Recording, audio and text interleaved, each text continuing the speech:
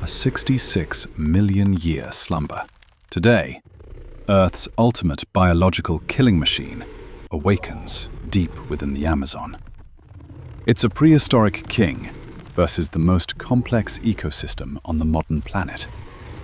An ecological nightmare is beginning. But who is truly being hunted? You are waking up. The dry sound of an eggshell cracking echoes around you. But the moment the first light hits your eyes, a massive evolutionary mismatch officially begins.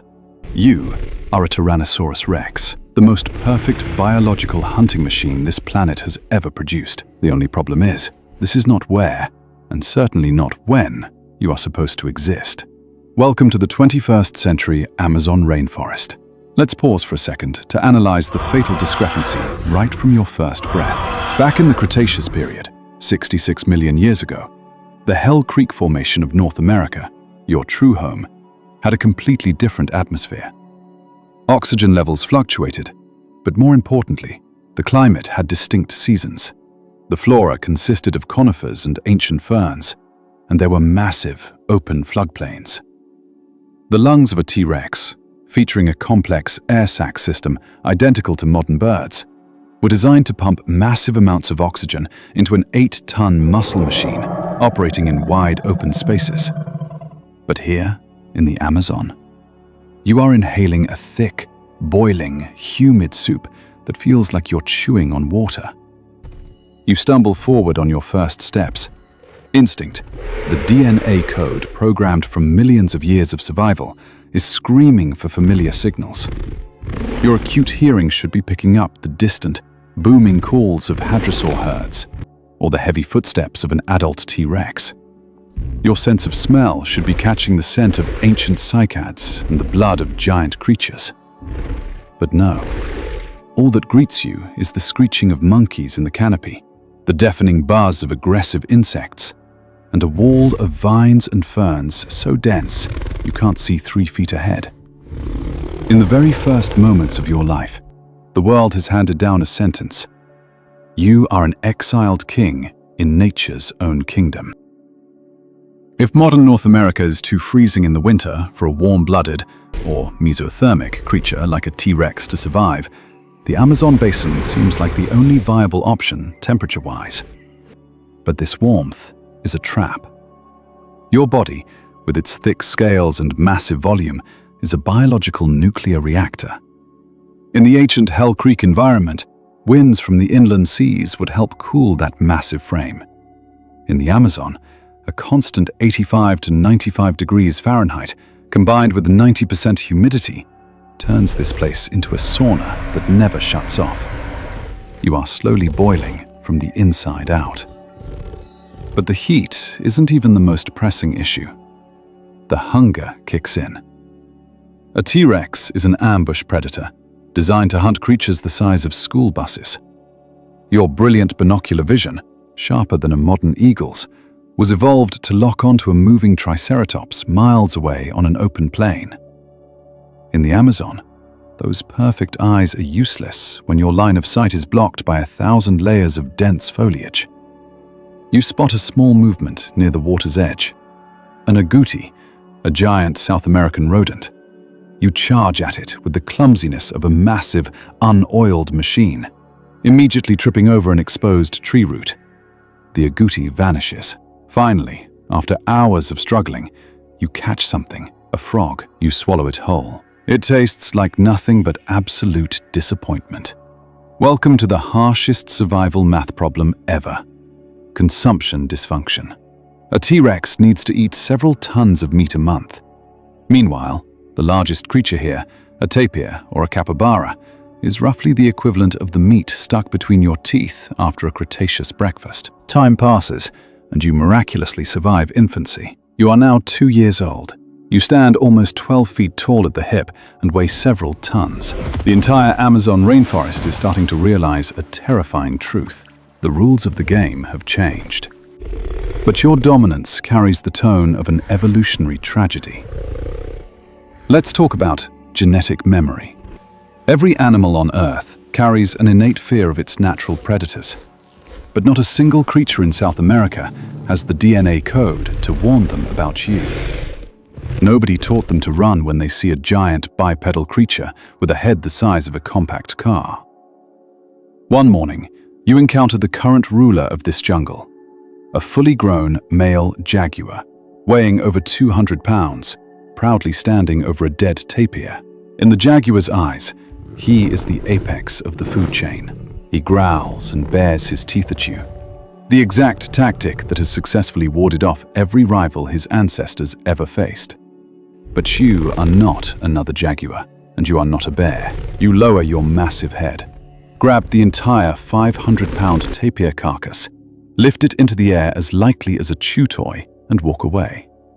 The jaguar is completely petrified. His entire biological worldview just collapsed. He cannot fight back because you outweigh him by a factor of 60. But how hollow that victory is. Back home in Hell Creek, taking down a 4-ton Edmontosaurus meant you could lie around and digest for 2 straight weeks. Here, mugging the largest tapir in the forest only buys you 3 days. You have become a giant beggar wearing a crown. The calories you burn, wading through mud rivers and bulldozing massive trees to find food, are slowly exceeding the calories you gain from these tiny prey animals. You are starving to death amidst the lush abundance of the jungle.